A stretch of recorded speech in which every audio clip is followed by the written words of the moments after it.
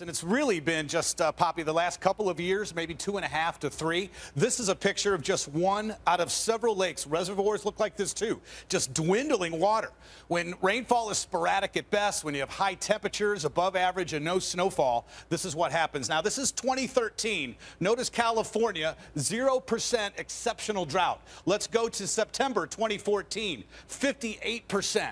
Now, we did have a little bit of help with some rainfall. This is December 2014. But watch, we're still seeing it increase again, back up to 39.9.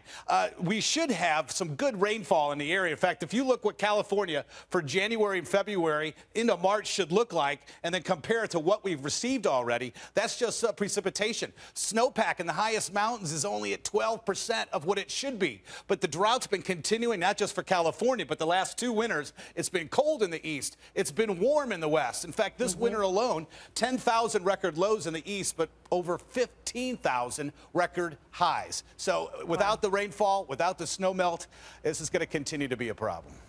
All right. Thank you so much. And when you look at those pictures, they really speak for themselves, painting a grim picture of a state slipping very much into a dangerous situation. Look at that.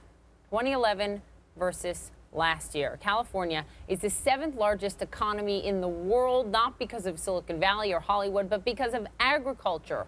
Virtually all of the almonds, artichokes, lemons, pistachios, and processed tomatoes grown in the U.S. come from that state's Central Valley. Let me bring in Jay Famulietti. He's a senior water scientist at NASA's Jet Propulsion Laboratory, also professor of earth science at UC Irvine. Thank you for being here. You've written a lot about this, most recently an op-ed in the LA Times that got a lot of attention. You call water the new oil. That's how important this situation, how dire it is in California right now.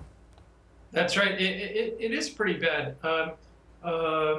We, over the last few years, have lost something like 12 million acre-feet of water per year for the last 3 or 4 years. That's more water than all Californians, all 38 million Californians use every year. So it's a tremendous amount of water. A lot of it, about 2/3 of it, is from groundwater depletion, and the groundwater is used to support agriculture. So we're really in a very, very difficult situation.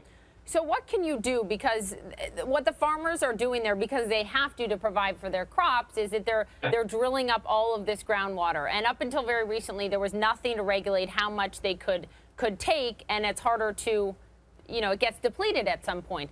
That's right. I guess what I'm asking is, what can be done to stem this?